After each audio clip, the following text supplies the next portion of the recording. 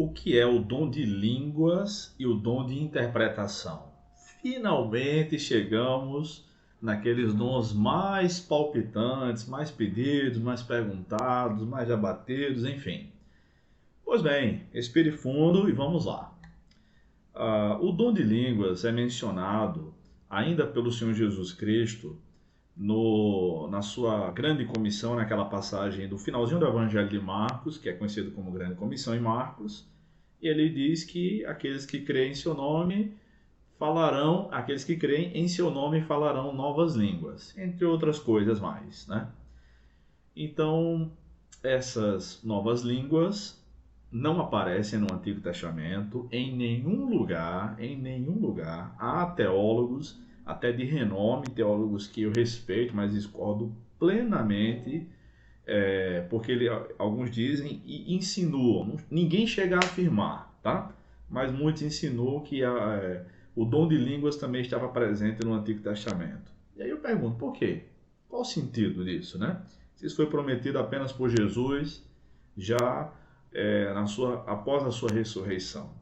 Então não acredito no dom de línguas no Antigo Testamento em nenhuma ocasião.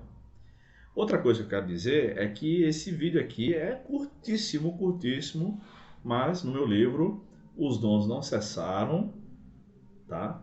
Um estudo bíblico, teológico e histórico acerca dos dons espirituais. Há um capítulo inteiro sobre línguas e interpretação. Esses dons são tão palpitantes que eu resolvi deixá-los num capítulo à parte. Então, por mais que eu falar aqui, alguém pode dizer, mas não falou isso, não falou aquilo, tá? Então essas questões eu vou falar mais no grupo do Telegram. Se você quiser ficar por dentro, entra no grupo do Telegram, o link está aí, na descrição do vídeo. É gratuito e eu vou discutir à medida que os vídeos forem repercutindo, tá bom? Mas não pretendo fazer um vídeo exaustivo aqui. Será um vídeo maior do que os outros, mas não será exaustivo, tá bom? Então essas línguas aparecem no dia de Pentecostes. Pentecostes significa 50º e era celebrado 7 semanas mais um dia após a Páscoa, e está registrado ali em Atos capítulo 2. Então 120 crentes que estavam orando há 10 dias receberam o batismo com o Espírito Santo. O dia de Pentecostes não marca a descida do Espírito Santo na igreja, não marca.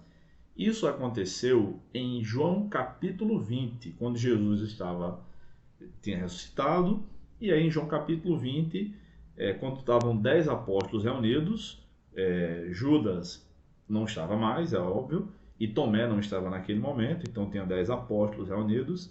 Jesus disse, aliás, o texto diz que Jesus soprou sobre eles o Espírito Santo, e é claro que eles receberam o Espírito Santo. Então, a habitação do Espírito é em João capítulo 20. O que Atos 2 descreve não é a habitação, não é a descida do Espírito, não é. Isso é um engano, isso é um erro, tá? Atos 2 descreve o batismo com o Espírito Santo mencionado por João Batista em Mateus capítulo 3, mencionado também pelo próprio Jesus em Atos 1:5 e depois em 1:8, tá bom? Então, o batismo com o Espírito Santo acontece ali em Atos 2. Naquele episódio, todos falam em línguas. Sim, naquele episódio, sim. Não quer dizer que deve ser assim sempre. Não deve. E todos falam em línguas. Uma coisa que se pergunta muito, aliás, as pessoas geralmente afirmam, né? Aquelas línguas de Atos 2 não tem nada a ver com o dom de línguas mencionado em 1 Coríntios 12, por exemplo, 1 Coríntios 14... E eu digo que tem tudo a ver. As línguas faladas em Atos 2 não eram línguas pátrias. Você pode estar pensando aí enquanto vê esse vídeo, mas as pessoas ouviram aqueles crentes falando sobre as grandezas de Deus na sua própria língua. As pessoas ouviram. É o que diz Atos 2:11. E podem ir anotando as referências e conferindo todas elas, tá? Uma coisa é eu falar. Outra coisa é o que você vai entender. Se você ler com honestidade Atos capítulo 2, você vai ver que era 9 horas da manhã, né, a terceira hora do dia, a contagem a partir das 6 da manhã. E imaginemos que você nunca viu alguém falar em línguas. Nunca viu. E aí você vê 120 pessoas num frenesi, num êxtase espiritual, falando alguma coisa aparentemente desconexo. Provavelmente você vai dizer que elas estão bêbadas. E foi exatamente isso que aconteceu em Atos 2. Elas foram acusadas, os crentes foram acusados de estarem bêbados. Por quê? Porque os incrédulos não entenderam. Não teve esse negócio de, ele está falando a minha língua, eu estou entendendo. Não, isso foi depois. Depois de algum tempo, talvez depois de alguns minutos. A primeira reação dos incrédulos foi, vocês já estão bêbados a essa hora do dia? E no dia importante em Jerusalém, que era a festa de Pentecostes, aquilo era inadmissível. Depois, Deus é quem traduziu no ouvido dos incrédulos o que os crentes estavam falando, tá? É isso que aconteceu. Foi isso que aconteceu. Outra questão. O nome do dom. O nome do dom não é línguas estranhas. Não é, tá? A expressão línguas estranhas aparece apenas referindo-se ao dom, tá? Porque a Bíblia fala de línguas estranhas como línguas estrangeiras. Em Isaías fala isso, por exemplo, tá? Mas em relação ao dom, o nome do dom é dom de línguas ou variedade de línguas, como aparece aqui em 1 Coríntios 12, 28. E é os que falam variedade de línguas. Mas eu já li na minha Bíblia que tem lá línguas estranhas. Leu, mas não tem no texto original.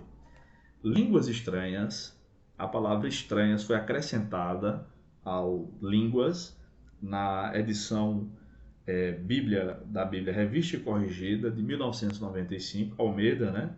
Revista Corrigida de 1995, veja como faz tempo, em 5 versículos do Novo Testamento. Todos eles em 1 Coríntios 14. Anote aí, verso 2, verso 4, verso 13, verso 14 e verso 17. 5 vezes. Línguas estranhas, línguas estranhas, línguas estranhas, línguas estranhas, tal.